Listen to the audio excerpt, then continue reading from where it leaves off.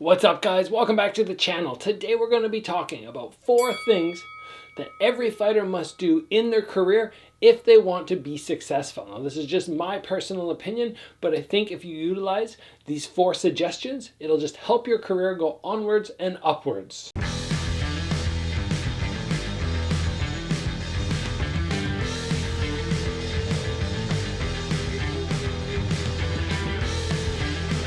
Now, to be real with you guys, this list is only 4 things. I could have probably made it 20 things that you absolutely have to be doing, but I just wanted to keep this one short and condensed. So I just picked 4 things that came to me like that. Just bang, bang, bang, bang. Yes, these are things that you should be doing. And let's lead off with number 1, which is shark tanking, or what I refer to as the Gauntlet. Now, if you're unfamiliar with this, just let me explain, and then I will talk about why it's so important. So Gauntlet, or Shark Tank, is when you jump in on the floor, in the ring, whatever that's going to be. You stay in and you have multiple opponents switching in and out. So you're always getting somebody fresh. You, on the other hand, are getting more and more exhausted. Your technique is starting to suffer more and more. Now, normally that would not be as much of an issue because your sparring partner is fading at the same pace as you. But when you have these fresh opponents come in, it really pushes you to the next level. And the reason I like this drilling is it pushes you even more, potentially even more than the fight experience. So you might go in and have an opponent, let's say on a difficulty scale, he's an 8 out of 10. But if you're at the gym and you're sparring with a bunch of guys who are kind of a level 6,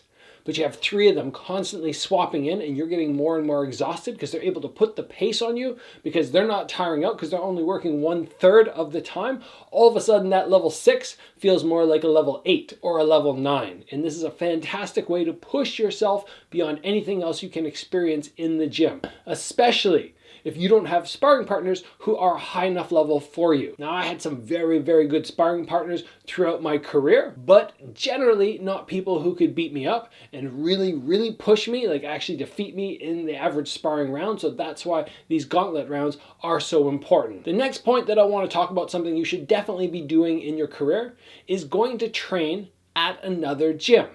And the reason this is so important is if we stay at one gym the whole time with the same training partners, the same coach, yes, there are benefits to that, but you don't know what you're missing over here. And I'm not saying you have to abandon this gym. It doesn't have to be like, oh, I'm leaving, bye-bye, never see you again. It's just more throughout the week, head to another gym, train with some other guys. If you're feeling really adventurous, head to a different country. I've done that a couple times. Head over to Thailand, train there, see what you can pick up. Every different gym have different things they're going to be able to teach you, and you can just constantly be adding to your repertoire of techniques and improving and improving and improving. When you stay at one gym, there's only so much you can teach other people unless you have an amazing coach. And I even say to my students sometimes, guys who have been training with me since they were 5 and now they're 15, and I just tell them honestly, like, dudes, I'm running out of stuff to teach you. I have spent the last 10 years giving you more and more information. So it's up to me to go online and try and find new things to teach you because I'm getting close to being maxed out here. Now, of course, I can continue helping them improve on the stuff I've taught them, but sometimes they might just go to a different gym and somebody will teach them a bit of information that was just never in my brain. And that is why it's so important to move around. It doesn't have to be, again, you abandon a gym. It just means you're trying out new spots and you're sparring with new people, and that's going to give you a new look at what potential opponents with different styles might be like. There might be somebody that you get out there and spar with, and there's nobody at your gym that has that style. That is super beneficial. And I know what most of you guys are going to say, because I've had a lot of people reach out to me on YouTube and say, you know, I want to go to different gyms, but my coach doesn't want me to.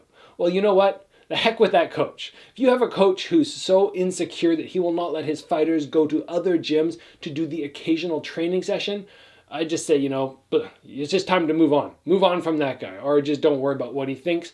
Like I said, I don't like when my students leave to go to other gyms to train if they go forever and they don't come back. But if you're just going for the occasional class here and there, I have no problem with it. I encourage it, and that's what other people should be doing as well. The next thing that you should be trying to do as a fighter is try different fight styles. Now, I'm not saying this to try and take you off the path. Like, if you're a boxer, you want to get really focused on boxing. And of course, learning to kick is maybe not going to help your boxing, but it will help you become a better athlete. And that is really what we need to do. It's basically a form of cross-training.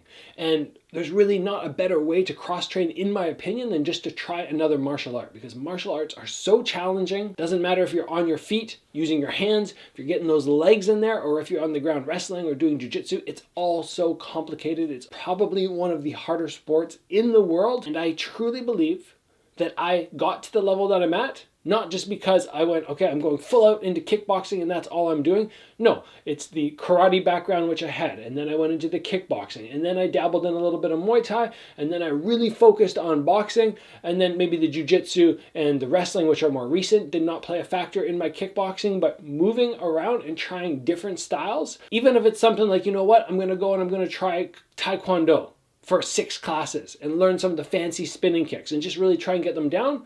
So if I ever need to, I can bust them out. Stuff like that, it can't hurt. And again, I'm not saying you need to do this full time. It's like, oh, I'm going to take a whole month off and only go and train this other style. No, I'm just saying add it in. Just occasionally, bit by bit, it will only make you a better competitor, a better athlete. And the final thing that every fighter should be doing on a regular basis is finding some sort of cross-training workout that scares you. Well, what do I mean by that?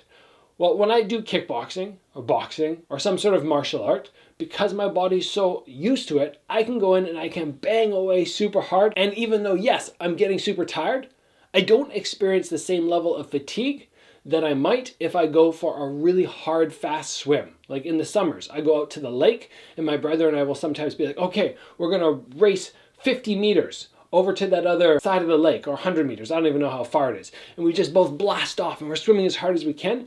And we get to the other side, I feel like the level of fatigue is something I'm not used to. Like I'm completely out of shape. And then when I go back and I go, okay, today I'm actually gonna do 8 50-meter sprints in the lake, now I'm scared because it's so hard and my body's not used to it. So it doesn't need to be swimming.